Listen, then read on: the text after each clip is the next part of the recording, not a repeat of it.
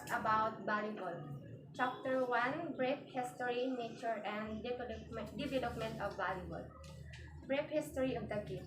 One of the few sports that originated in the United States is the game volleyball.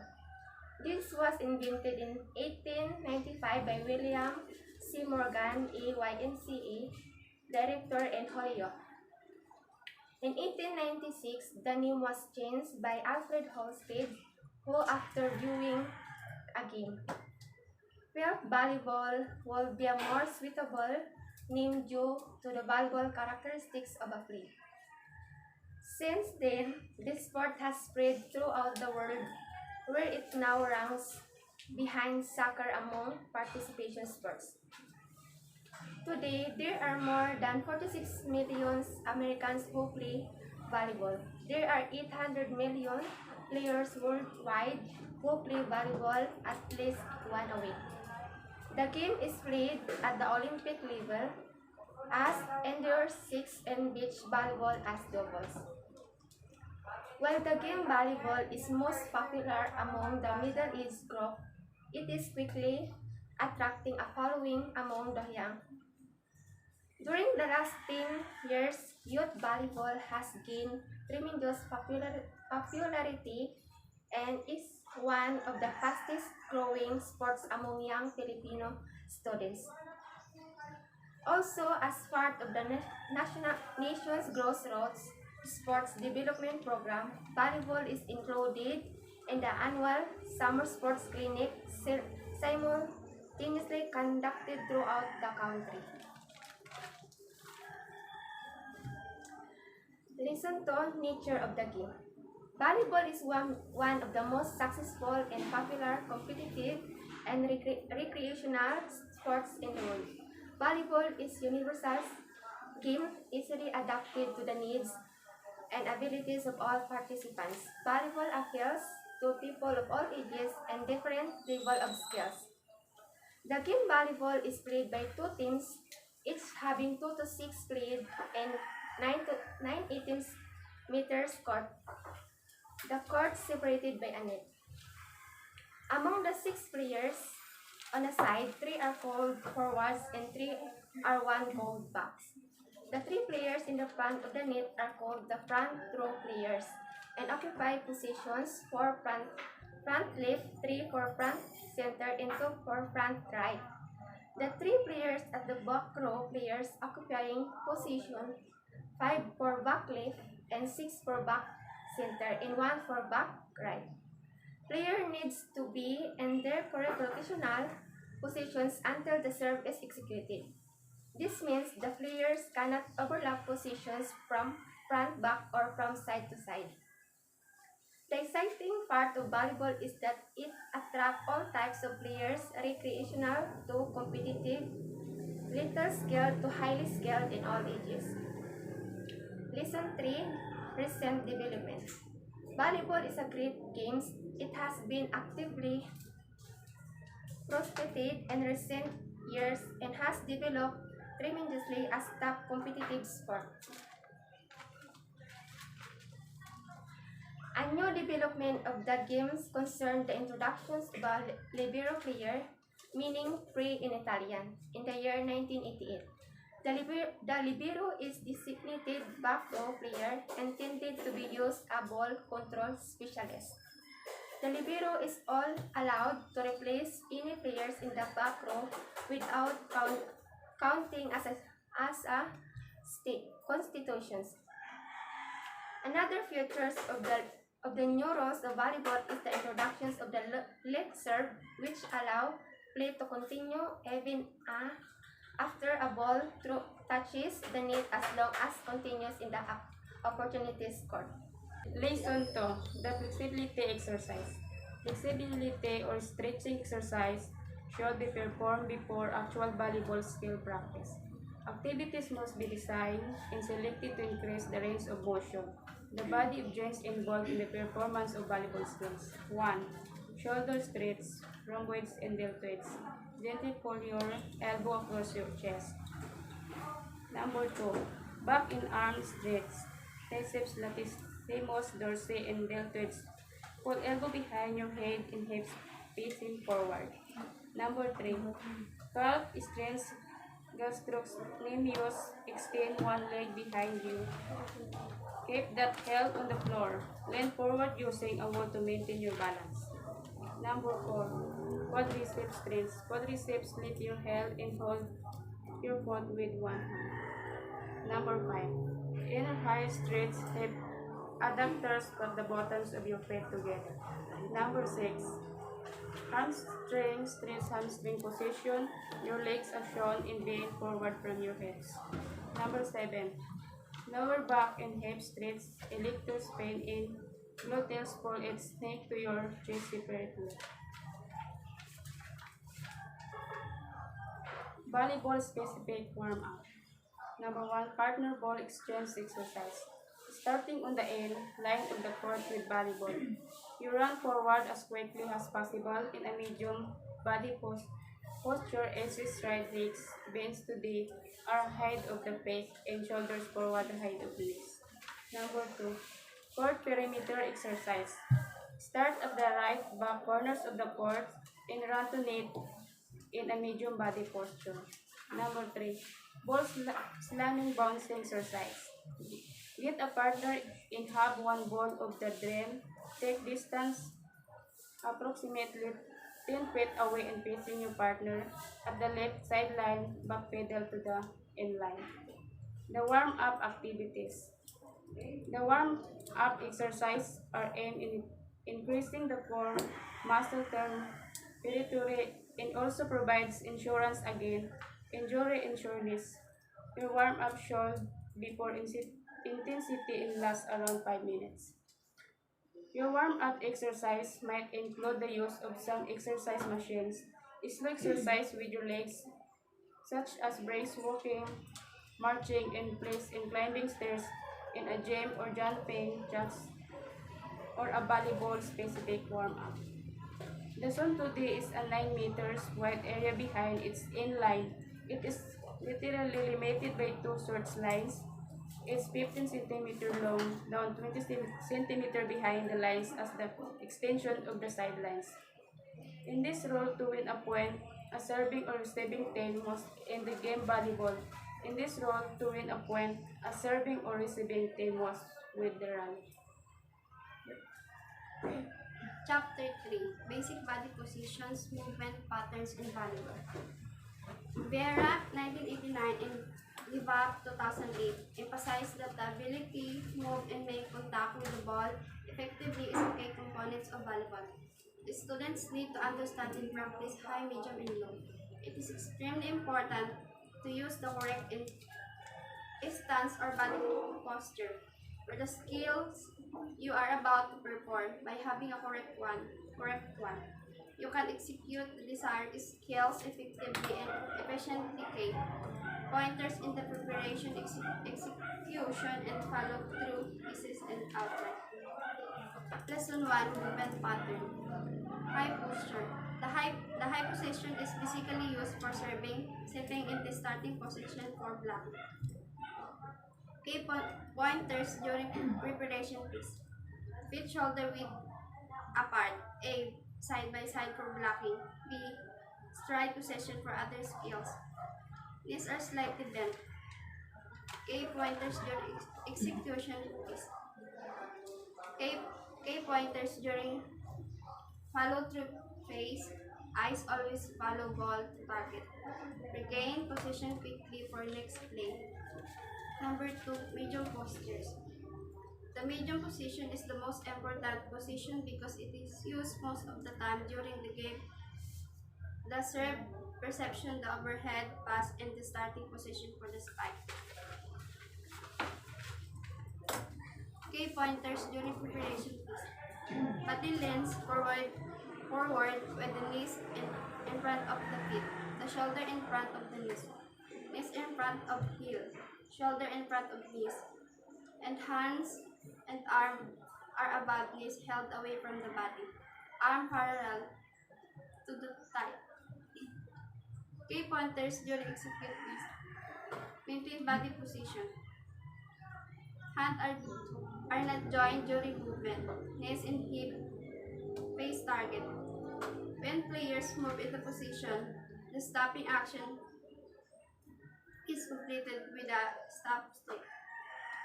K points during follow through. Eyes follow the ball. Weight transferred toward target. Number 3, low posture.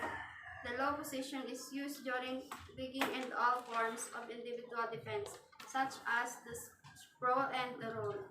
Key pointers during preparation piece. Knees bent more than 90 degrees and body weight is forward. Key pointers during the execution piece. Get the ball before attempting to play it. Play the ball, then hit the floor. Contact floor with the most speeded area of the body. K pointers during the follow through piece. Eyes follow to the ball target. Recover for next play. Low posture. Body posture should be practiced so that they become natural movement to each student. You will eventually automatically assume the correct body posture for the skills you anticipate. Lesson 2, movement patterns drill and exercise. Number 1, mirror drill. The leader stands in front facing the other players. All players are in the medium body posture. The leader moves forward, backward, left, or right. In jogging position upon the signal of the structure's coach whistle. Number 2.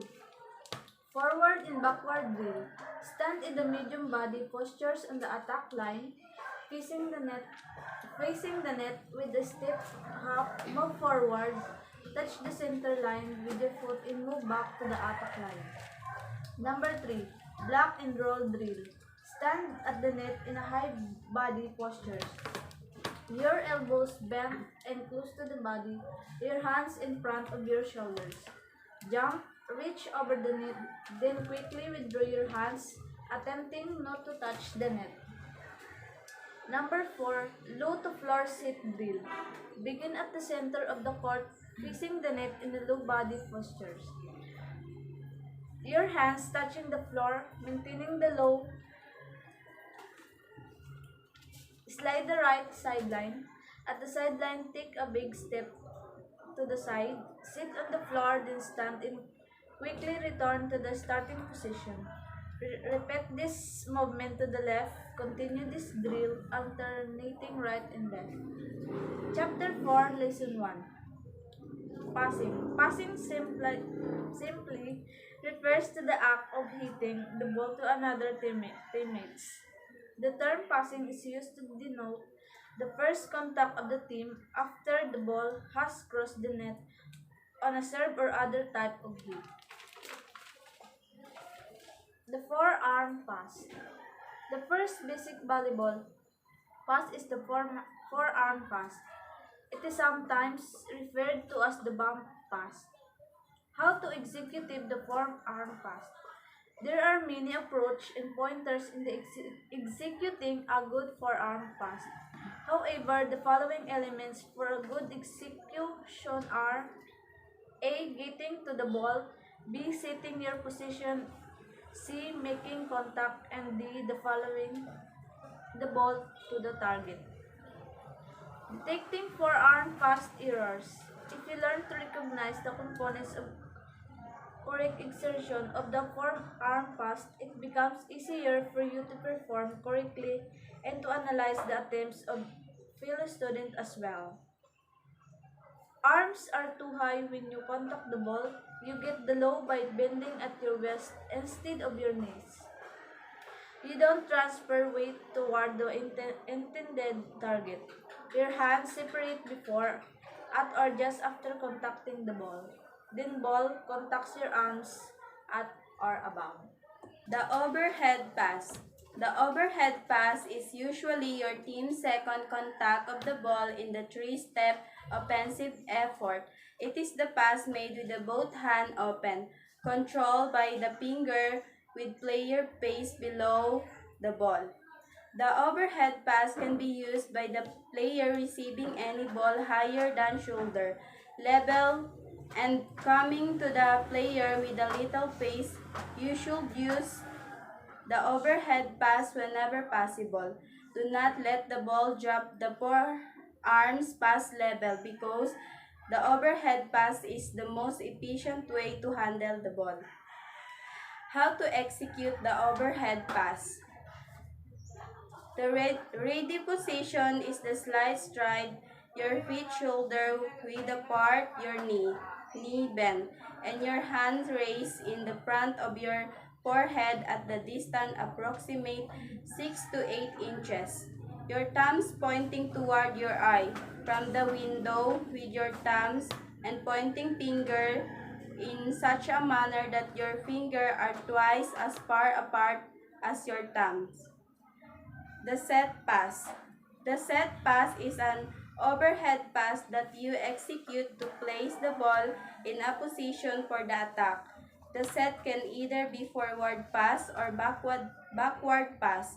The height of the set depends upon the type of spike desired. The importance of the set. The set determines where and how will you attack develop. Vera et al.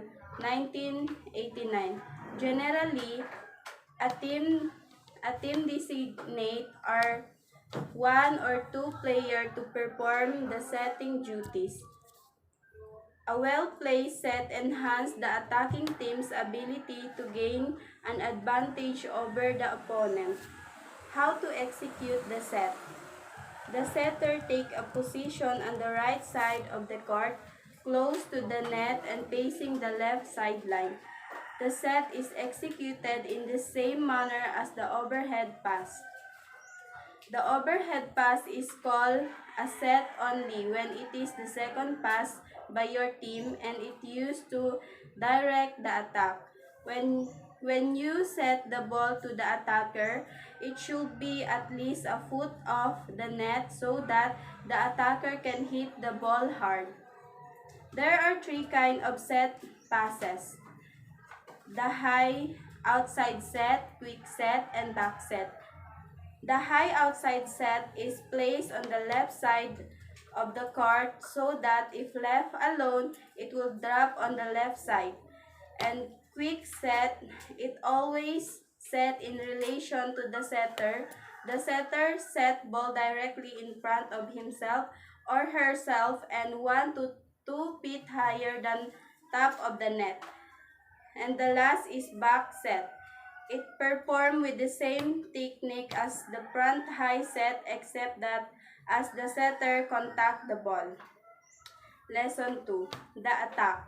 The attack is the last hit made by the team. It is usually a hard spike but may be a soft hit just over the blockers, tip or dink, or a roll shot into an open area of the court. Dumpy and Wildy 2000.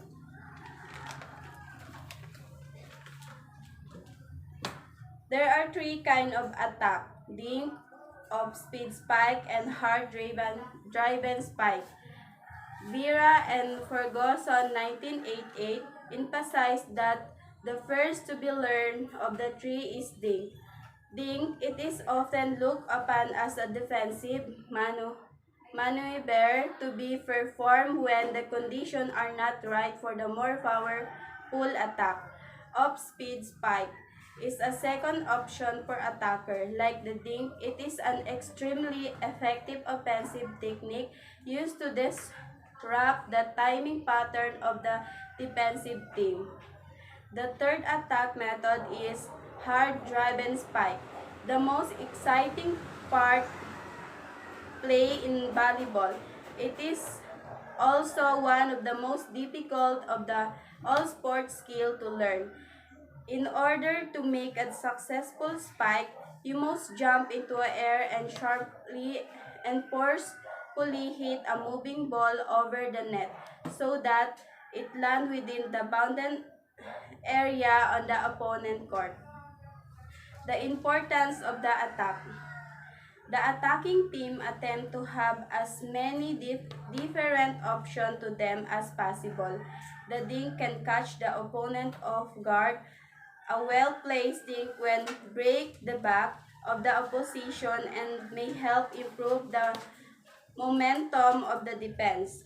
Off-speed spike, the attack hope to move from the starting defense position and make an error in attempting to play the ball.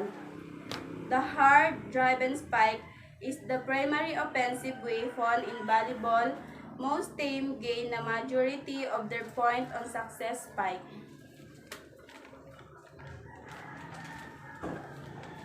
How to execute the dink? The approach to all three types of attack is the same. It is important because it increases the height of your jump and increase the force you are able to improve on the ball. For the high set, you attacker begin to take an attack line, wait for the set to the ball to be half the distance to your from the setter and then move toward the set. Lesson 3. The block. The block is the first line of defense against your opponent's attack. The purpose of the block is to take a portion of your court away from opponents. Blocking is the action of player close to the net to intercept the ball coming from opponent by reaching higher than the top of the net. There are two types of blocks. First, single blocks. Single block, only one player blocks at a time. Single blocking in volleyball is often not enough to stop opposing attack. So how to execute a single block? As the blocker, begin by standing within 1 foot or of the net, facing the opposite court. Your hands are out to your sides at shoulder level, palms facing forward, with fingers spread wide. After the attacker jumps, bend your knees and jump. Reach over the top of the net, your hands penetrating into your opponent's court, and position your hands to both sides of the attacker's hitting arm. Second is multiple blocks. Team often to join 2 or 3 players together, forming double or triple blocks. How to execute multiple blocks? The execution of the double and triple blocks is similar to the execution of the single blocks. When the block is on the outside of the court, the outside player sets the block and the middle players join the other side player. When moving to join the outside player, the middle player should watch the outside player moving to the position. Then both players can jump at the same time. So the main difference is that 2 or 3 players join together to block. When the middle blocker is blocking at the opponent's set is higher enough, both outside players move to join the middle player, forming a triple block. So there have 8 detecting blocking errors. Number 1, you, the blocker, jump before the attack is completed. So you need to watch the opposing setter until you know where the set will be placed, and then watch the attacker until the attacker hand and the ball are both in the view. Number 2, you return to the floor while the attacker is contacting the ball. You need to wait to jump until just after the attacker jumps. Number 3, the fingers of your hands are close. Spread the fingers of your hands wide so that your thumbs are pointing at the ceiling. Number 4, you land with straight legs. You must bend your knees upon landing for cushioning. Number 5, you line up body to body with the attacker. Line up one half body with on the attacker's hitting side. So number 6, as the joining blocker, you move into the teammate setting the block. You should focus on the player setting the block, not on the ball. Number 7, the ball contacts your hands and remains on your side of the net. You must square your shoulder to the net before jumping. Last is As the joining blocker, you reach toward the attacker hitting hand. As the joining blocker, you are protecting the angle only and you should not reach for the ball. Next is serve. The serve is an integral part of volleyball match. It is the act of putting the ball into a play. A highly effective serve will score an outright winner, an ace. So, there are several different types of serves in volleyball. The first is the underhand serve. The underhand serve can be extremely effective at the beginning level. Any player can serve ball underhand. The starting position of the underhand serve is standing in a stride position, with the leg on the side opposite in your hitting hand forward and shoulder square to the net.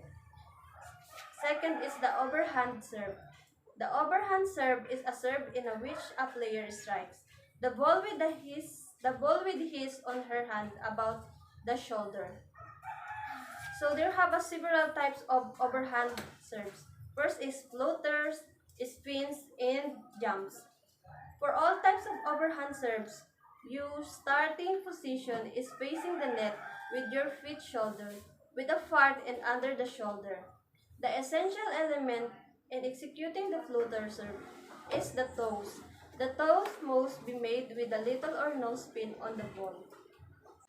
So now we will going to talk about the facilities and equipment under the volleyball. So the first one, we have the court.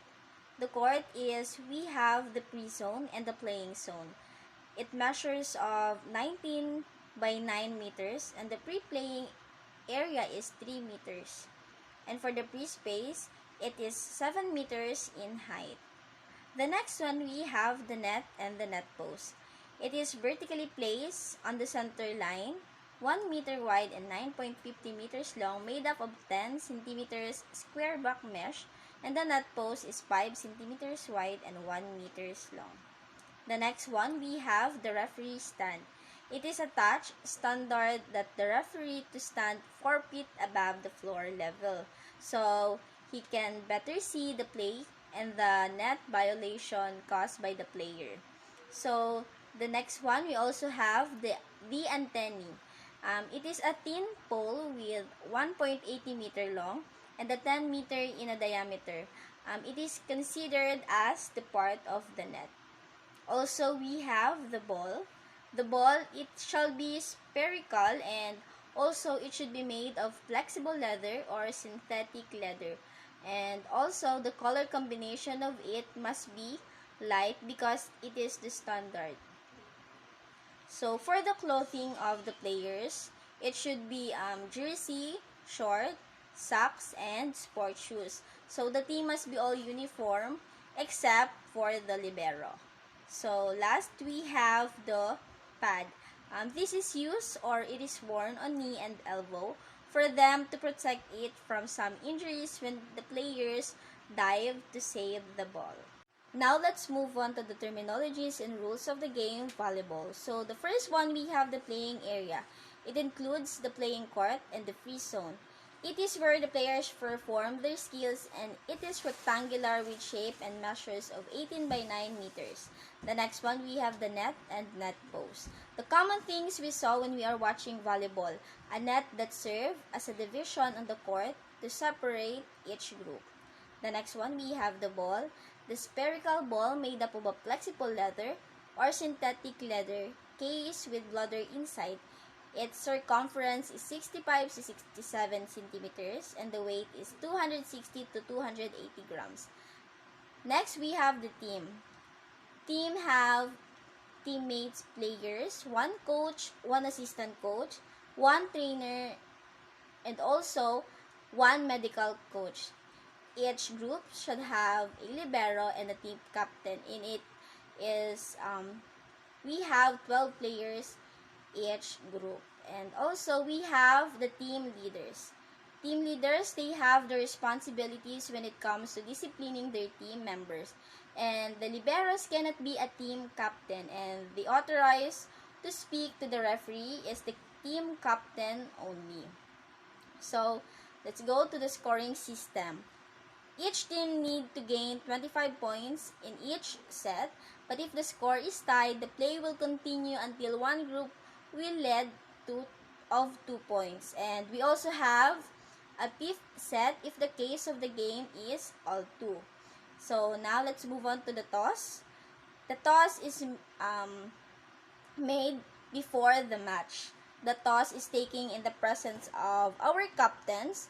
The winner in the toss can have the chance to choose, while the loss in that toss will take the remaining choices. So we also have this team starting lineup. So the team starting lineup is the first 6 players who can play and start the game. It should indicate the location order of, or the rotation order of the players in the court. Next is the position. At the moment of the ball is hit by the server, each team must be positioned within its own court in the rational order except the server. Rotation and rotational fault. When the receiving has gained the right to serve, its player rotate one position clockwise, the other position 2 rotates the position in 1 to serve. The player in the position 1 rotate to position 6. Ball and play. The ball is in play from the moment of the hit of the service authorized by the first referee. Ball out of play. The ball is out play at the moment of the fault, which is whistled by the referees in the absence of fault at the moment of the whistle. The ball in and ball out. The ball is in when it touches the floor of the playing court, including the boundary lines. The ball is out when the part of the ball which contacts the floor is completely outside the boundary lines. Team hits. Each team must play within its own playing area and space. Each member must hit 3 times before returning it to the other team. Serving faults. The following faults lead to a change of service if the opponent is in the position. Blocking within the opponent's space. Player block with hands and arms beyond the net provided that action does not interfere the opponent play. Substitution of players. 6 substitution is the maximum permitted per team set. The terminologies of the volleyball. Number 1 is ace. An inbounds legal serve that the opponent cannot return, resulting in a point for the serving team. Next is antenna. The vertical rods along the outside edge of the sideline. Assist. Passing or setting ball to a teammate who attacks the ball for a kill. Attack. The offensive action of hitting the ball, the floor on the opponent's side. Attack line. A line 3 meters from the net that separates the front row players from the back row players. The block. A defensive play by one or more players meant to intercept a spike ball. Bump pass. The use of joint forearms to pass or set the ball in an underhand manner. Center line. The line directly under the net that divides the court into 2. Dig. Passing a spike or rapidly in ball. The art of retrieving an attack ball close to the floor. Dink. Also a tip. A legal push of the ball around over blockers. The floater. A serve with no spin that allows an erratic path. Forearm pass. A pass in which the player arm are joined from the elbows to wrist, forming a form of hit the ball and underhand motion. Foul. A foul is a violation of the rules. Jump serve. A serve in which the server runs then jumps high to serve. The overhand pass. A pass made with both hands open, controlled by the fingers with the players reach below the shoulder. Overhand serve, a serve made in which a player strikes the ball with his of three hand above the shoulder. Pass, the first hit which is aimed at, at the batter, at the setter.